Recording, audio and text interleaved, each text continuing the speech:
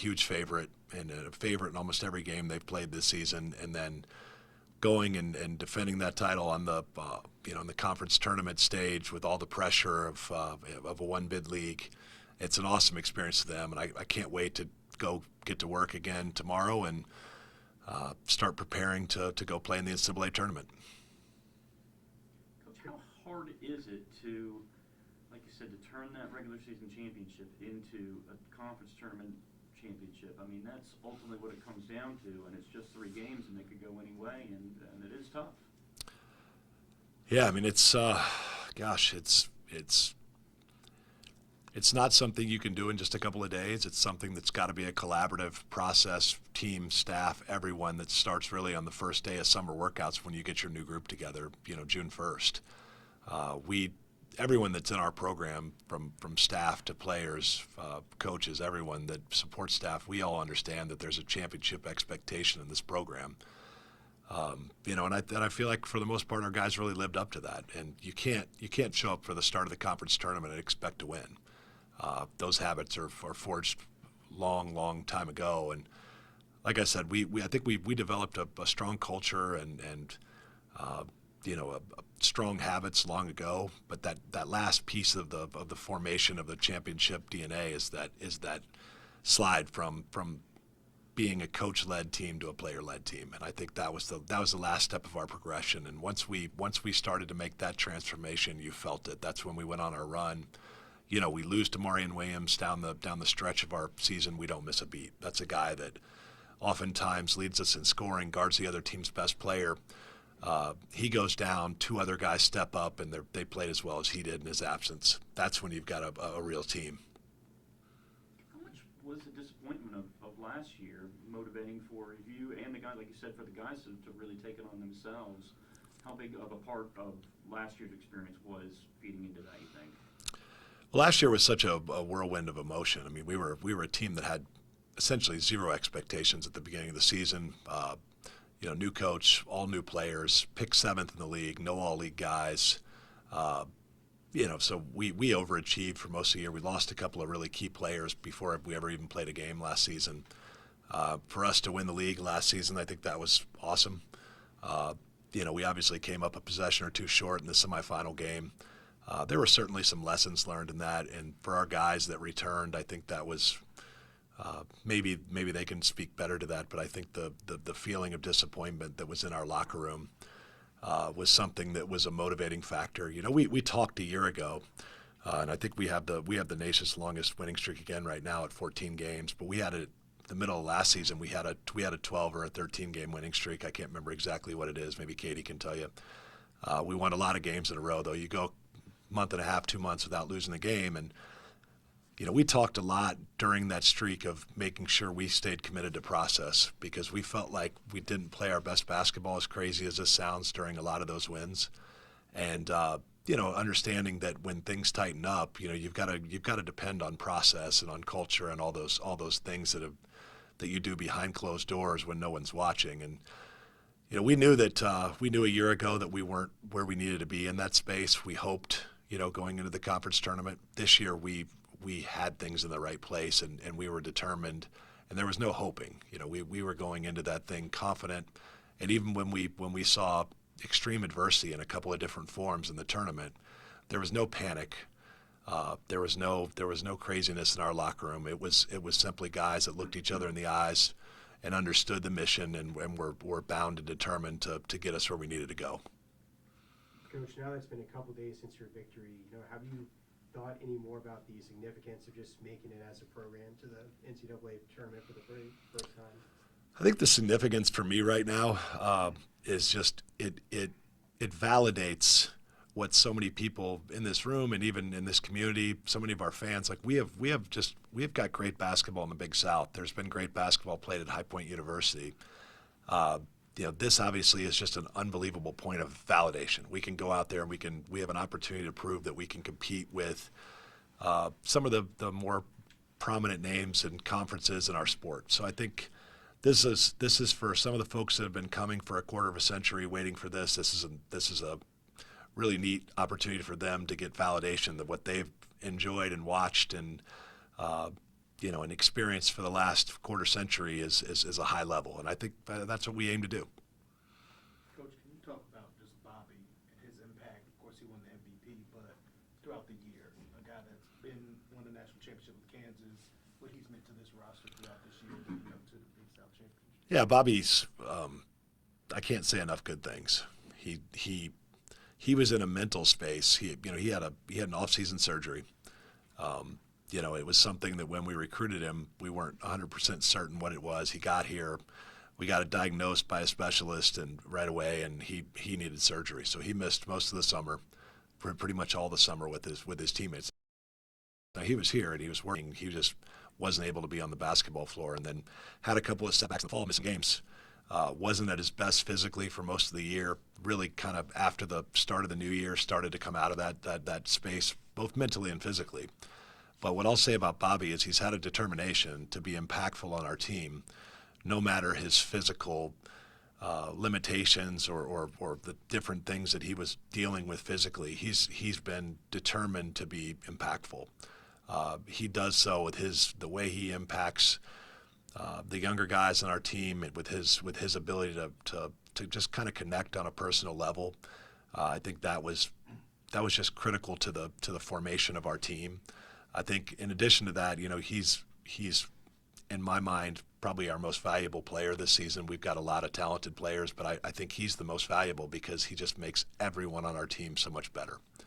He's got a selflessness about him, whether it's scoring, whether it's playing time, whether it's accepting, kind of being the sixth or seventh man from a role standpoint, or whether it's just, understanding that day to day he's going to have to pick different guys up off the floor that aren't in the best headspace. His willingness to accept a variety of roles and complain never is such a big reason why we're here. I can't say enough good things about Bobby. Coach, going into this week, you're kind of in a bit of a limbo phase where the next 5 days you're waiting to see who you play. What's the mindset for you going into practice and for the players?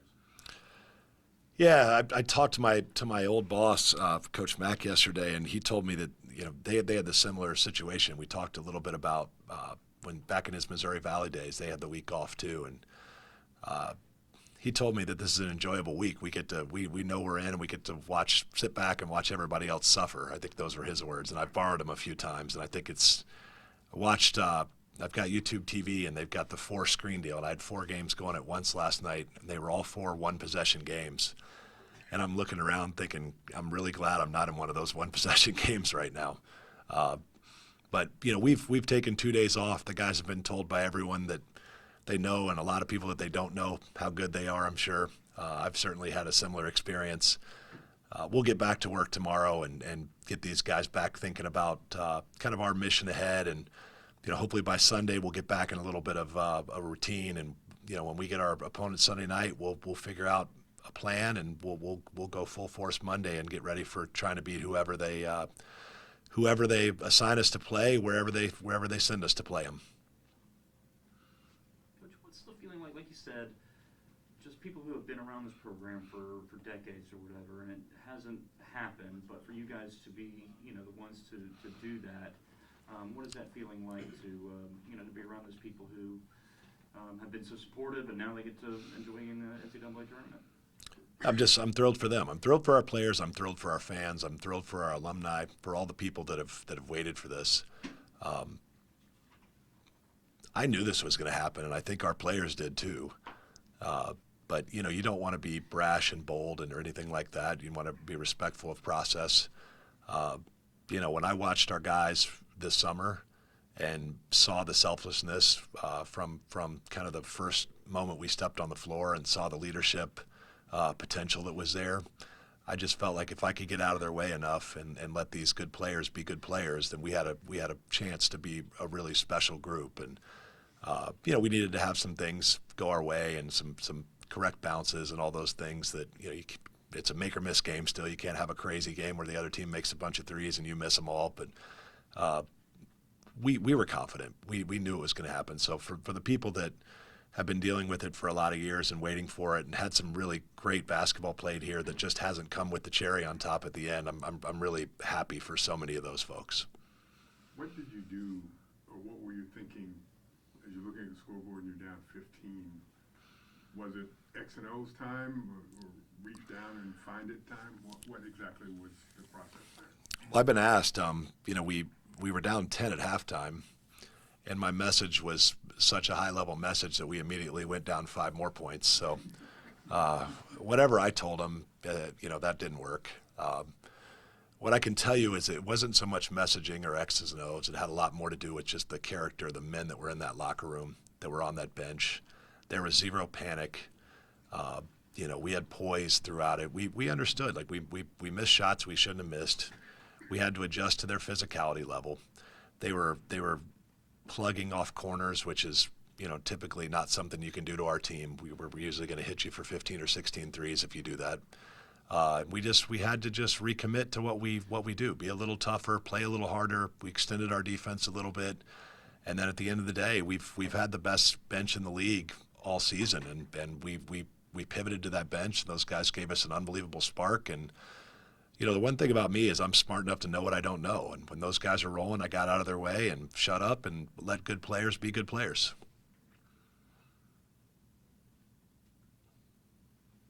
Coach, I'm sure you're going to be asked this a lot, but what led to the decision to put the entire bench in at that point in the game?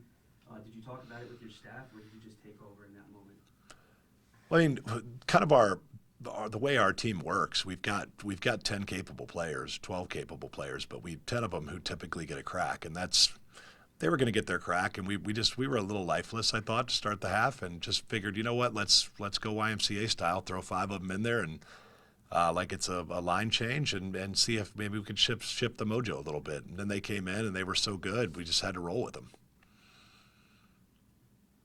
Coach, really quickly, I want to go back to something that you kind of alluded to earlier with just kind of sharing this with everyone who's kind of had their footprint on the program over the years. But it sounds like on Sunday you guys are going to have a watch party here, and how special is that going to be just to kind of celebrate that with the community? These things are great. Like I said, I've been really fortunate to be a part of a lot of these, and they're just, every time you have one of these, they're special, and they're not special because of the emotion that I experience, but it's the connection from, you have a new group of guys every year. That's what makes collegiate sports so much fun. You have a new group of guys. Some of them are new, some of them are old, but it's a different dynamic every year. And then the fans kind of fall in love with those personalities, and they get to experience the emotion right along with them. So it's going to be awesome. It's so much fun. Everybody watches this show, whether your team's in it or not. Everyone, I'm still not used to East Coast time. What is it? Probably 6 o'clock here. About 6 o'clock here, and in Eastern Standard Time, you find out where all the teams are going, and it'll be fun. The show that so much of our players have watched, and seeing the other people find out where they're going, and they're gonna hear their own name, and it's gonna be an incredible deal, and I can't wait to experience it for these guys, and it's not about me. It's just me watching these guys. They've worked so hard for it, and I can't wait to see it. For those of us who don't know, you alluded to Coach Mack. Who is that, and where? Coach McDermott was my boss at Creighton for the last 6 years. Has he reached out to you? Yeah, I've been. Yeah, he did. He congratulated me, for our run, and watches a little bit. We try to do some of the things we do. We don't do it quite like he does. He's a lot better coach than I am, but I try to model some of the things after what he does, unsuccessfully a lot of the time. Any final questions? How great is it to have President Cobain show up at all the games, supporting you, cheering you guys on? It's the best. Yeah, I mean, I wasn't really sure what to make of it, a university president, right? That this involved, and when I say involved, it's interested is the word. He doesn't. This stuff isn't part of his job description. He loves it. He loves this university, and I can tell you the commonality between us in that space is he loves his job. I love my job. He feels like that's his calling. Being the president at High Point University is his calling. I feel the same way about my job. And his ability to connect with young people, specifically the guys on our team, is unlike anything I've ever seen. It's a genuine love and an appreciation for a guy. You feel it. You feel how much he loves this place, and he just, if you have one conversation with him, you know it. I think some of the people that don't experience him day to day think it's maybe a show. They don't understand it, whether there's a camera around or not. It's the same. He's the same person, and the support's just unbelievable. I mean, the guys feel it. The staff feels it. He doesn't just come around when the camera's around. He comes to. We see him every day at practice. He comes and walks his laps around the concourse, watches a few minutes of practice. There's not very many programs in the country that have, probably you can count them on one finger, that have that level of support from the top down, and we're very fortunate. Any last statements, Coach? Nope. Go Panthers. Thanks, guys. Thanks for being here. We're going to have two of our players come up, Demarion Williams. Ooh, bottom of the barrel. Sorry, guys. Best we could do right here. Best we could do. And Chase Johnson, if you guys can come to the front, we'll have two chairs up for you.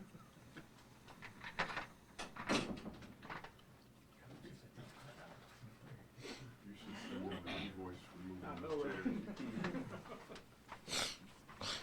Put you to work. And we'll just go ahead and open it up for questions. I asked Coach this, but for you guys, what's the last 48 hours been like? It's been amazing.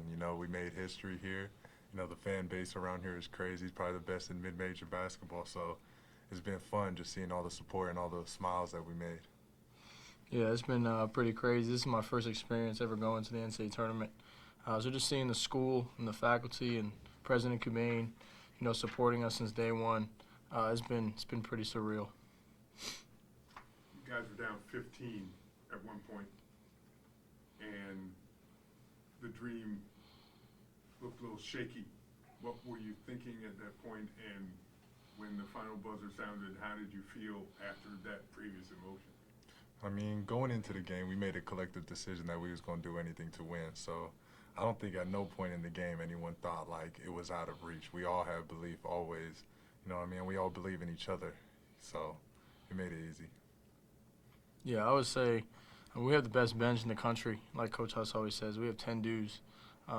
So I would say I don't think there was any doubt, really, even down 15. I think we were down like 17 or 18 in the beginning of the year, in the beginning of conference play against Asheville, and came back and ended up taking the lead. So we're just talking about belief all the time and trusting each other, and yeah. How does that translate to what will be an NCAA tournament bid? You don't know who you're going to face, but it's obviously going to be a tough team because in all likelihood you'll be a lower seed. How does that affect your thinking, or does it affect your thinking? We just keep the same approach. We put in a lot of work this summer, so we're just trusting our work. We prepared for this. We talked about this. This wasn't necessarily a surprise for us. This was a goal for us. This is what we wanted to do, so I think we're ready.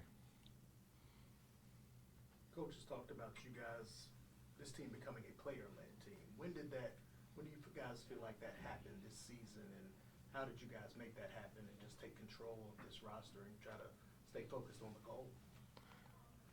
Well, I don't think we've done it as good as Coach would like us to, but every game we're getting better. From the first game to the last game, it's a totally different feeling when we're out there. We all got each other's back. We're all supporting each other. We're all coaching each other and criticizing each other. So, yeah, every game we're getting better. We're still getting better with that.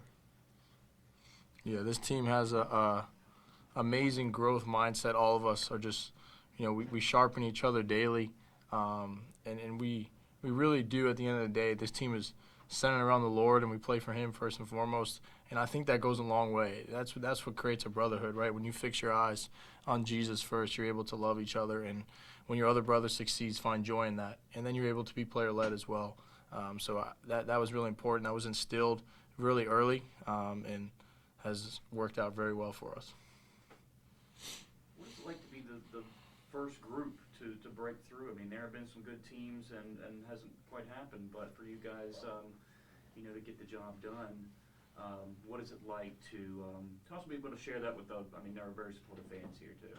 Yeah, I mean, it's amazing. I mean, just watching the community get uplifted and just be all the way behind us. I mean, it's an amazing feeling. But I mean, like I said before, this was a goal for us, and it wasn't just a goal to make the tournament. I mean, we wanted to make a run in the tournament, so we're still focused on that and not too much celebrating quite yet. Yeah, kind of like Demar said, it's been pretty surreal. It's amazing seeing all those fans come up in the student body, traveling 3.5 hours away.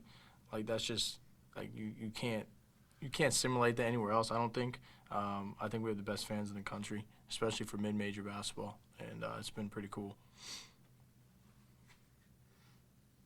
How fulfilling is it? Like Coach was saying, this starts last summer basically, and to be here now. I mean, how fulfilling is it to through that whole process to work through it and to be here now? Yeah, I mean, just grateful and just thankful for all the work that we've put in and how it's turned out. I mean, like you said, it was a long summer. You know, I mean, we took a lot of shots, a lot of practice just to get to this point. So it's great, for sure. Yeah, it's definitely a dream come true. It's a blessing. It's very thankful that the Lord has put us in this situation. There's been a lot of countless hours, a lot of sleepless nights in this, and a lot of hard practices leading up to this point. So it's really cool to see that all pay off and be able to take it to the next step in the big dance. Do you care who you play? I mean, you really don't, because actually I wouldn't think, because, well, you're going. That's the bottom line. Yeah. But if you had your druthers, is there somebody y'all like to face just say you did it? I mean, we haven't looked too much into it yet. I'm sure there's probably some favorable matchups for us that we would like, but regardless of who we're gonna play, we're gonna come with the same approach, same mindset that we've been all year. So, yeah. You guys talked a little bit about how exciting for you guys that it was, to see fans come out to Johnson City and to support you guys. But have you noticed a little bit of like a different buzz around campus the last few days? Oh yeah, for sure. I mean, class is a totally different atmosphere. As soon as you go in, everybody's congratulating you and saying thank you and just asking about your experience. So yeah, definitely. The moment you walk through them gates on campus, you feel different for sure. Yeah, it's been very different. It's just seeing the student body bought in and just really excited as well. It's been getting emails from professors congratulating you, and it's been crazy. You guys are 2 new additions to the team this year. I mean, what was the message from the returning players when you guys were coming into this year about last year? The main thing that they were preaching to me was just trying to win. That's the main thing for this year that just came up, that everyone was focused on winning, and that's what kind of drew me in, you know what I mean? I wanted to be a part of that. I believed in the vision Coach Huss had for us, so yeah, glad I came. Yeah, I kind of say the same thing. It was in the recruiting pitch was, I want to win, and this team won 27 games last year. So just like we were talking about earlier, we have 10 dudes. So just bringing the new guys in that he brought in, just buying into winning, buying into finding joy in other people's successes is the only way to find yourself on top at the end of the day. So just focus on winning and keeping the main thing the main thing.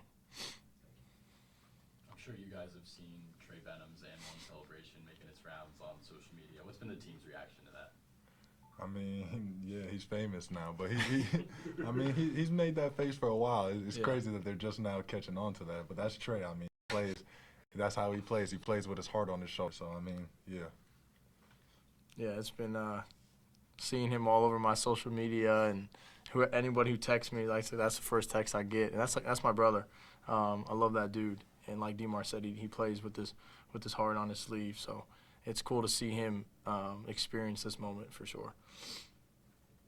In general, just at this very moment, I would think it's sunk in by now, but how do you feel 2 days after the fact? To be honest, it hasn't sunk in all the way yet, or at least for me, at least. I mean, it's still kind of surreal for me. I think once Selection Sunday hits, it'll sink in a little more once we know who we're playing and where we're playing at. But for now, I don't know if it's fully hit quite yet. Yeah, I would say I'm I'm still kind of in shock a little bit of what happened. Kind of like what Demar said, maybe at Sunday or maybe that first practice we go into and we step on that court in practice, so it kind of hit me. But it hasn't really like hit me all at once yet. But so blessed to be in this position for sure. Coach called Bobby the MVP of the team. How much did you guys lean on him, a guy that, you know, went to the mountaintop and won a national championship with Kansas a few years ago, and his experience? Yeah, I mean, we all know each other's game. You know, I mean, that wasn't no surprise to us. We've had hundreds of practices with Bobby. We know what he's capable of. So to us, that was a normal game for Bobby. Yeah, I mean, you talk about a dude that's selfless in every level. I think he's the most selfless player I've ever played with in my life. It's really cool to see him take home that trophy. I mean, he's won a national championship, but like Demar said, we know what Bobby's capable of. His game, he's a high major basketball player. He's a true point guard, and even more than that, he's just an unbelievable teammate that's just willing to do whatever to help the team win. So. Any other questions? Short and sweet. Any final statements from you guys? If you want to stay, hey, we can keep moving. That's it. That's it. Thank y'all. Thank you.